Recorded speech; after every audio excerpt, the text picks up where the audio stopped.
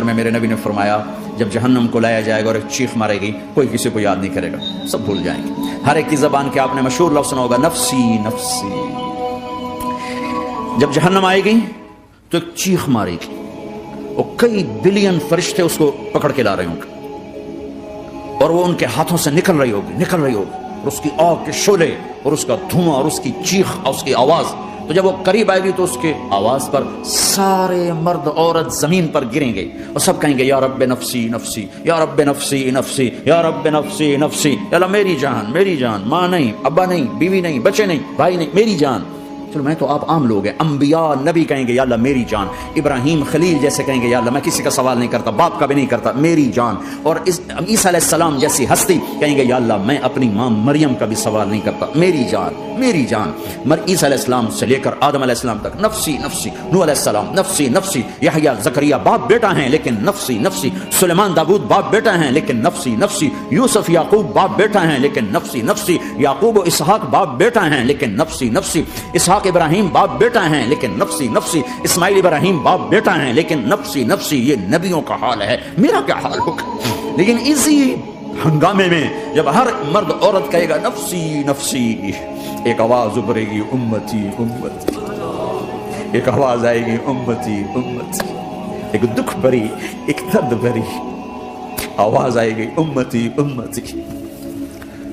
سننے والے حیران ہوں گے یہ کون ہے؟ یہ کون ہے جو اپنے آپ کو نہیں مانگ رہا، اپنی امت کو مانگ رہا ہے؟ یہ کون ہے؟ جب آواز کی طرف نظریں لگیں گی،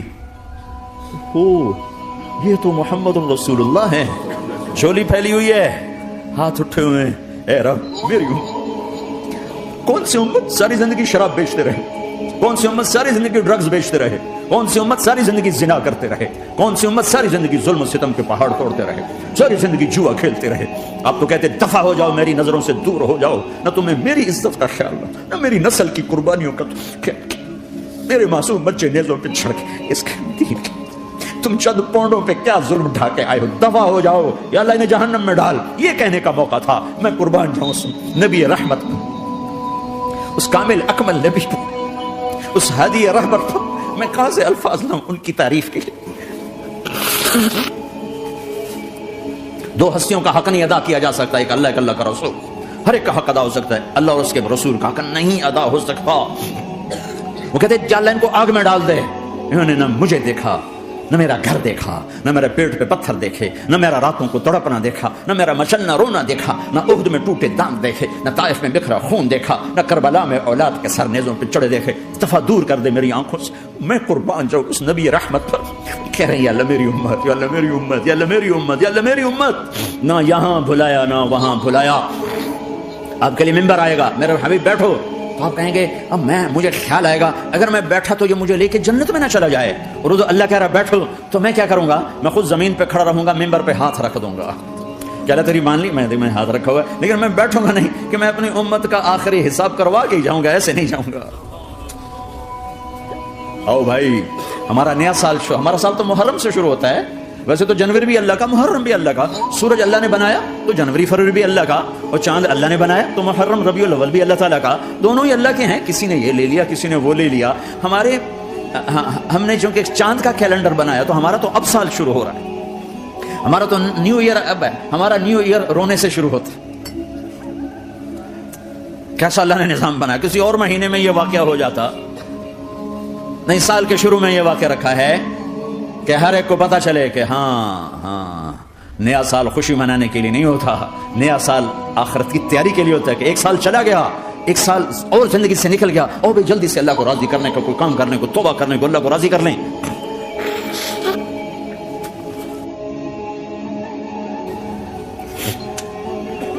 لیکن آپ کیا کہہ رہے ہیں؟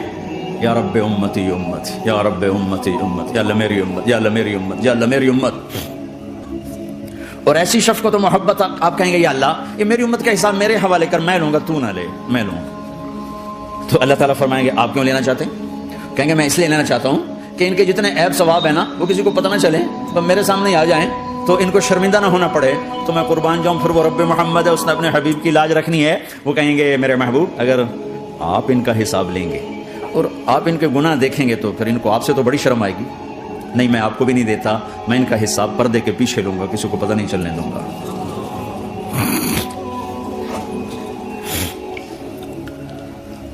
اتنی بڑی ہستی, اور آگے دیکھو طائف میں پتھر پڑ رہے ہیں اور ہر قدم پہ پتھر پڑتے ہیں, یہاں تک کہ ایک دم پتھر پڑنے سے تو خون نہیں نکلتا, پتھر کون سا کوئی تیر ہوتا ہے, پتھر تو پتھر, لیکن اتنے پتھر پڑے پنڈلیوں کے اوپر کے پھٹ گئیں, ان سے خون نکلتے نکلتے نکلتے جو جوتا تھا پاؤں میں ایسے ساتھ ایسے چپک گئے,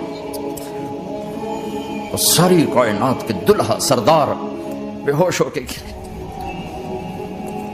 تو آپ کے غلام زید نے نوکر تھے, انہوں نے اٹھایا کندھے پر, بھاگے, پیچھے وہ سر پہ چڑھے ہوئے پتھر مار رہے ہیں, اور آپ جتنا بھاگ سکتے تھے بھاگے, یہاں تک کہ بے ہوش ہو کے گر گئے.